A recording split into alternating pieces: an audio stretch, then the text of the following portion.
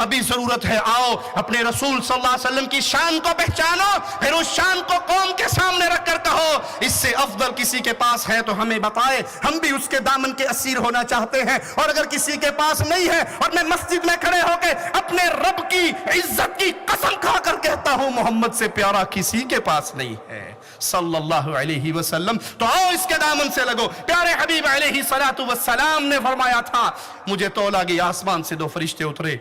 एक फरिश्ते ने कहा अहुआ हुआ, क्या यही है वो? कहा हाँ। कहा मैं जरा इनको तौल के तो देखूं। एक पलड़े में दो अफराद बिठाए गए, प्यारे नबी से तौला गया, उन दो का पलड़ा हल्का रहा। 10 से तौला, उनका पलड़ा हल्का रहा। 100 से तौला, पलड़ा हल्का रहा। दूसरे फरिश्ते ने कहा किसको तौलता है? कितनों से तौलता है? तौलता है आमना के लाल को, तौलता है फातिमा के बाबा को, तौलता है आयशा के शोहर को। मुकाबला 2, 10, 100 से करता है। अरे सुन, एक पलड़े में पूरी कायनात को बिठाकर, एक पलड़े में इमाम कायनात मोहम्मद को बिठाएगा, मोहम्मद का पलड़ा भारी रहेगा सल्लल्लाहु अलैहि वसल्लम।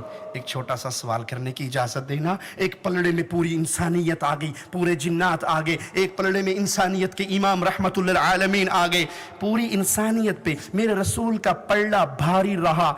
इस इंसानियत के टोकरे में 4 इमाम, 12 इमाम, 18 इमाम, सारे हजरत, सारे शेख, सारे मुर्शद, सारे बुजुर्ग, सारी करनी भरनी धरनी वाले बाबे आए या नहीं जी?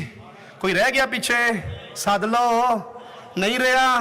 सारी कायनात एक पलड़े में, पूरी कायनात एक पलड़े में।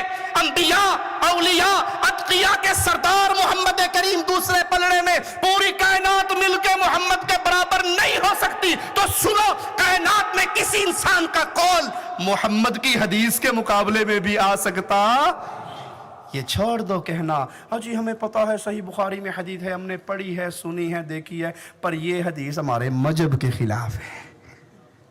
नहीं प्यारे भाई, मोमिन का मजहब रसूल की हदीस के खिलाफ हो सकता?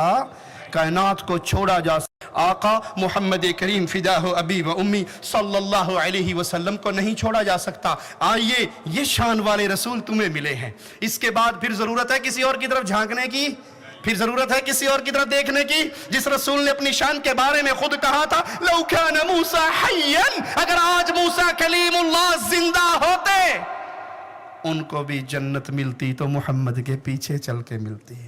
और मैं बरेलवी, देवबंदी, सुन्नी, नक्शबंदी, चिश्ती, कादरी, रिजवी, और वर्दी बगैर वर्दी नहीं जी। हो किसी न किसी का लड़ फड़ना बड़ा जरूरी है, उस तो बगैर गुजारा नहीं चलना। हम कहते हैं लड़ पकड़ो, जरूर पकड़ो, लेकिन जिसका लड़ पकड़ने का कुरान ने हुक्म दिया इत्तबिउ मा उन्जिला इलैकुम मिर रब्बिकुम वला तत्तबिउ मिन दूनिही औलिया, वो लड़ सिर्फ एक ही है और वो आमना के लाल का है। कोई मुझसे पूछ सकता है क्यों ना हम किसी और को पकड़े? तो मैं जवाब देता हूं, मैं नहीं देता, मेरे मुस्तफा जवाब दे रहे हैं, मेरे रब का कलाम जवाब दे रहा है। सुनो प्यारे हबीब, जिसकी तरफ अहलुल हदीस बुलाते हैं, जिसकी तरफ मरकजी जमीयत अहले हदीस बरतानिया बुला रही है, ये प्रोग्राम करके आपके पर्दे समाअत तक मुस्तफा की शान और हक को पहुंचा रही है, वो है जिसके बारे में कुरान कहता है वमा यंतिकु अनिल हवा इन हुवा इल्ला वह्युन यूहा। हर बंदा अपनी मर्जी से बोलता है, हर इमाम अपनी मर्जी से बोलता है, हर शेख अपनी मर्जी से बोलता है, हर पीर अपनी मर्जी से बोलता है। अगर कोई रब की मर्जी से बोलता है, वो धरती में एक ही हस्ती है और नामे नामी इसमें गरामी मोहम्मदुर रसूलुल्लाह